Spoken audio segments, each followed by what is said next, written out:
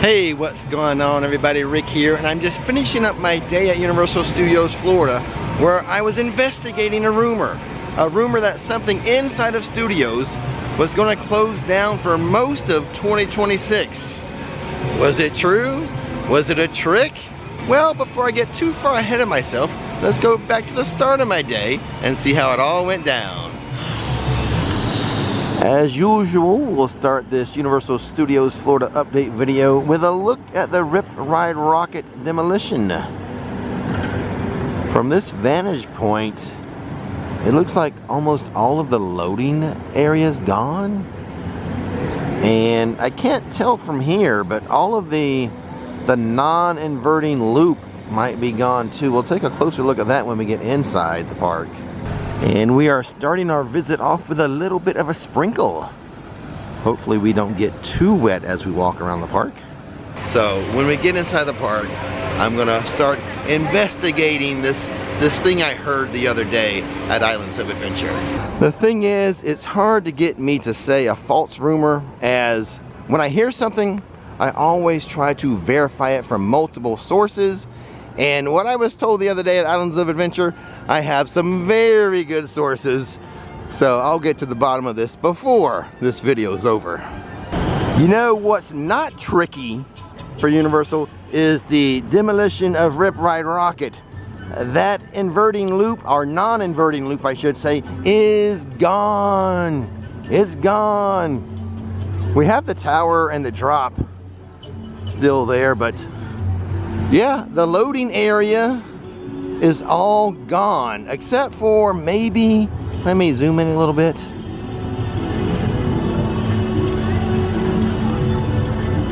I think on the left hand side of your screen, I think that's like the elevator, you know, to take you upstairs to the loading dock, the loading zone. But yeah, let's go back over here and give you this view of Music Plaza without the non-inverting loop. Pretty strange looking, but not as strange as when this baby goes. I was going to do it. I was going to continue on this way for updates. I can't do it. That is too weird. I have to go back. My rhythm and timing would be all thrown off if I went the other way. You know what? If it doesn't rain, we might be able to catch some of the Mega Movie Parade. Here at the Five and Dime on October 9th from 4 to 6 p.m. the Artist Series, a signing event. So if you're going to be here on October 9th between 4 and 6, hey, you might want to check this out.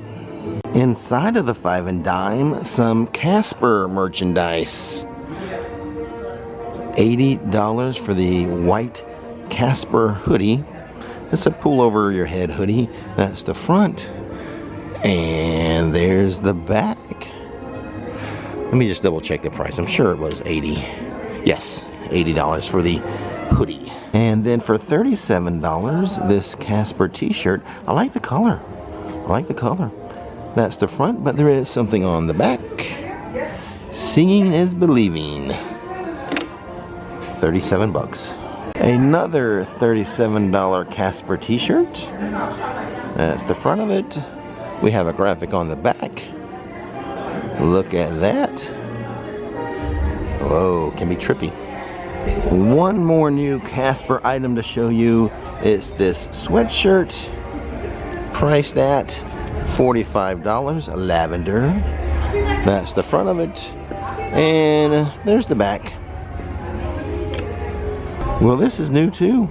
A Killer Clowns backpack for $70. The large bag is also 70 bucks. As soon as I find a quiet spot in the park, I have a big Volcano Bay update for you. The Blues Brothers not performing today. They're just hanging out here outside the horror makeup show for a meet and greet. What's going on? How come no show? Is it because of the weather maybe? Well, I guess Crooked Lane is as good a place as any to tell you about the changes at Volcano Bay. First things first, Tapu Tapu has been discontinued. No more virtual lines at Volcano Bay. So how are things going to work going forward? Well, one white wristband is going to be issued to one member of your party, and that's going to be for locker access. The interactive features are still active. All you have to do is tap the volcano symbol to have fun with that. You can still capture your memories by using the selfie button at the designated photo spots. How are you going to pay for things? Just like normal. Use a credit card or cash. No wristband required. Guests are still going to have the option to purchase express passes for Volcano Bay. I think there's like 2 versions of the express pass. One is for 7 select attractions, while the other one is to enjoy all 12 attractions. Guests who purchase express passes will receive a special band to access the express queues. So pretty much the things that Universal said about Volcano Bay when it first opened, the things that made it special, unique, or revolutionary are now gone. It's going to operate like your basic average water park now. Well, let me clarify that last statement. The operation of the water park will be average, but the water park itself, the theming and the rides, way above average. Those are amazing. Inside of DreamWorks Land at Swamp Snacks, I was just wondering, because this is one of the best values in the park, is this swamp dog for $9.99. One day I'm going to walk over here and it's going to be above $10. When do you think that's going to be? You think sometime in 26 that's going to happen? Probably. Well, the weather's holding out pretty well. The only thing we have to look out for, as far as raining down from the sky, the droppings from the pigeons. So it was either the last update video or the video before that where I said Millhouse had been taken away. They brought Millhouse back. So Millhouse joins Duffman as tough enough for the HHN crowds. I did not show it on camera earlier, but I noticed Minion Mayhem was a 25-minute wait. Let's step through these brick walls here into Diagon Alley and check on Gringotts. And then we'll get a sense of truly how busy or not busy the park is today. Wansba Gregorovich still closed, as is Globus Mundi.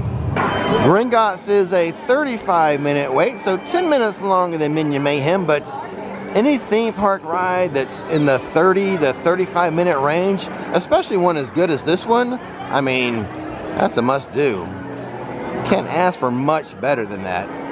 The funny thing is, though, once it gets into the 40s, then I'm like, oh, I don't know, 40 minutes, yeah, which is only 5 minutes longer than 35. For Halloween Horror Nights, Lombard's is one of the wristband pickup locations.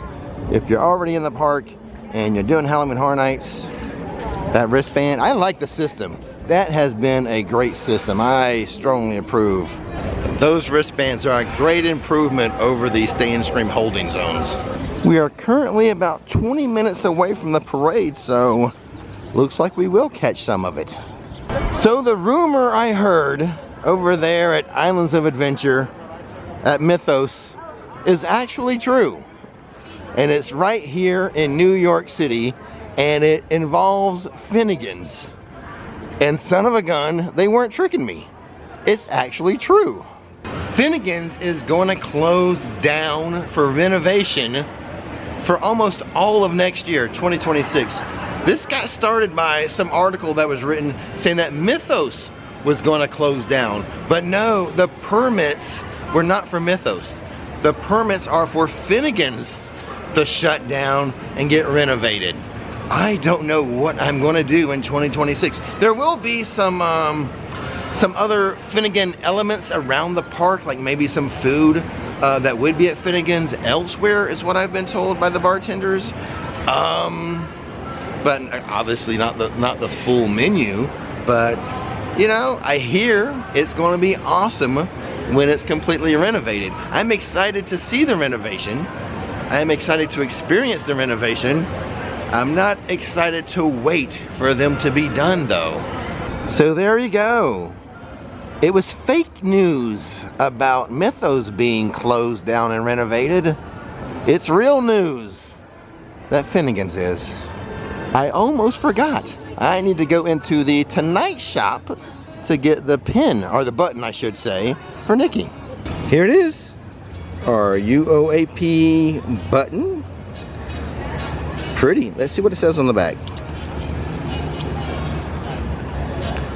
Stop and smell the roses. Oh, sorry, we mean violets, daisies, jasmine, poinsettias, and snapdragons. This might be one of the prettiest buttons they've ever handed out. It's parade time. I'm going to show you highlights of each float.